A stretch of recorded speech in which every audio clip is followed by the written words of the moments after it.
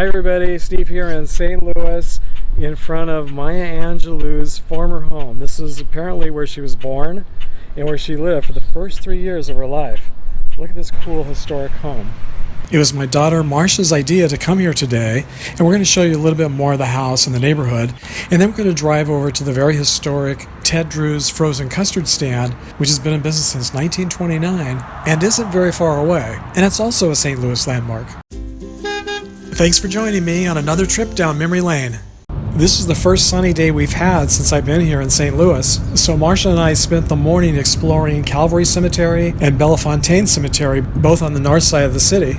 And now we're heading south on Highway 44, which takes us right through downtown and right next to the arch that you see ahead of us. Maya Angelou's childhood home isn't very far from the arch. It's located at 3130 Hickory Street, which is just off of Highway 44. Marcia and Bobby and the grandkids have lived here in the St. Louis area for around 15 years now, but she just recently discovered that Maya Angelou's childhood home is located right here. So that's where we're headed now. All right, according to my daughter Marcia, who doesn't want to be on camera, she's a little camera shy, she said this was where Maya Angelou was born and lived here for the first 3 years of her life. And if you look down the street here, that's St. Louis University, so it's right across the highway. And then when we were coming up here, well, from the end of the street this way, you can actually see the arch in downtown St. Louis. So let's get a little bit closer.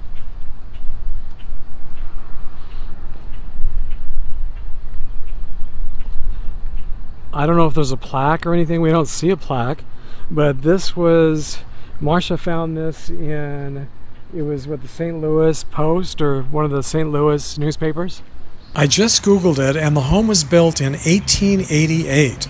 Wow, that's really old. That's 131 years old. And on December 12, 2015, it became the 129th St. Louis City landmark. From what I've read, the home isn't eligible to become a national landmark because she didn't do any of her writing here. I never really thought about it before, but I guess it makes sense that famous and historic homes would need to meet certain qualifications to become national landmarks. Sadly, they don't have any kind of a plaque, a historic plaque or anything. But look what a great house this is. There's no plaque that we can find, but it really is a beautiful brick house. So I thought some of you might like to see this. My daughter Marcia is a huge fan, has read all of her books. I Know Why the Caged Bird Sings. I read that, gosh, was that back in the 80s when that came out, or 90s? It was a long time ago. And that's the only one I've read, but Marcia said she's read all of her books. This is really cool. So St. Louis, near downtown, right across from the university, and I guess this neighborhood is called Butter Park. It's called the Gate District. And quite a few of the houses here were really cool as we were driving up the street here. So I know many of you are probably fans, and I thought you'd like to see this house. I wouldn't have thought about it, but when Marcia mentioned it, I thought, wow, that sounds really interesting to see.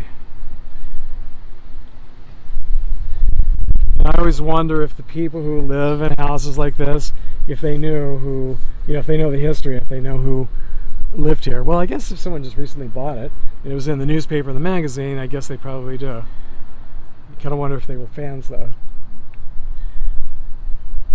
So I'm going to drive down the street and show you a little bit more of this really cool street. I mean, it's not like completely a historic street, but it's pretty neat. And my son-in-law Bobby took me to see a different famous and historic home here in St. Louis, but I'm going to wait and show you that house on Halloween, and you'll understand why when you see it. And Bobby and my granddaughter Michaela also joined us at the cemetery this morning with their dogs Ozzy and Wesley. So I guess we're just one big sightseeing family.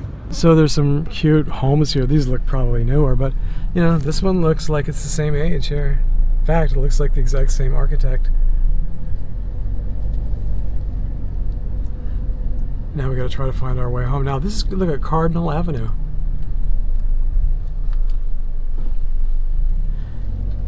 And this is, how do you say it, Toussaint L'Ouverture Middle Academy. And there's another one. Doesn't that look exactly the same there? The same, well, yeah, almost. I wonder if these were like what we call tract homes today, and the whole street had those, and there's only a few that have survived. There's like 5 up here. Of course, these are all together. And the street is called Hickory Street. I mean, isn't that pretty interesting? I love this old architecture. Now, see, these aren't kept up as well, but still nice. And look at this. Now, this is a bathhouse. I don't know. I mean, it seems kind of out in the middle of nowhere for a bathhouse, but maybe at the time. Sorry, Marcia. Now it's a recreation center. So did we turn on this street here? Oh no, we went down a ways. Did we come in over here? Yeah, I think so. Okay, so let's go see the arch from here. That looks like a neat park over there. Look at these cool houses. See, you'll have this video as a memory. Marcia is moving away from St. Louis after 15 or so years, right? Yeah, it's 15. Now, was this the street we came in, or was it one more block? No. Okay. California. So you can see right from the street, from Hickory Street, is the arch, the St. Louis Arch. See a little bit of downtown. Now we're going to head about 10-15 minutes, I guess it's southwest of here, to the famous and historic Ted Drew's ice cream stand, or I guess here they call it frozen custard. And look, there's some more of those really cool houses. Wow, another whole street. Wow, another street there. This is kind of a neat neighborhood, don't you think?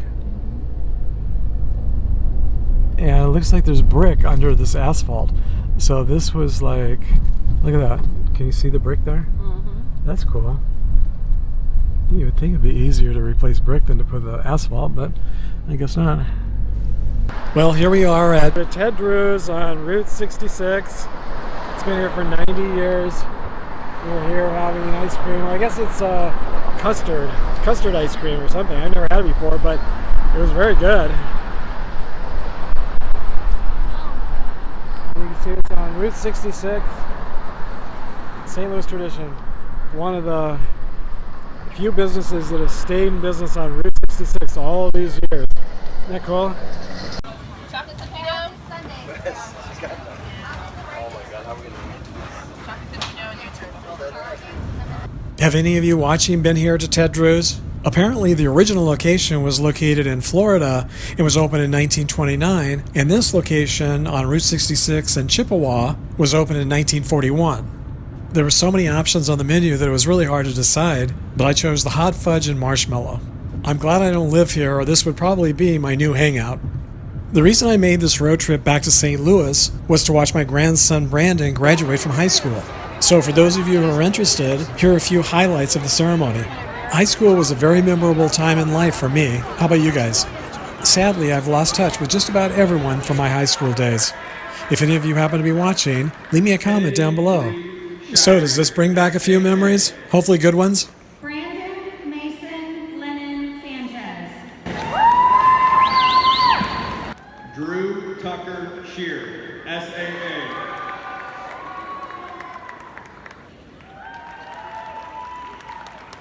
Delaney Ann Swires. Ladies and gentlemen, I present to you at this time for the final time, New Frank's High School class of 2019.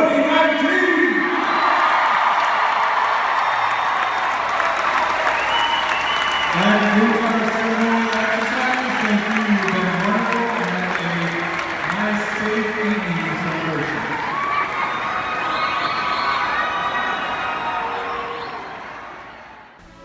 If you like this video, you might also want to check out the videos displayed here. And don't forget to subscribe and click the bell icon if you'd like to be notified when I upload future videos like these.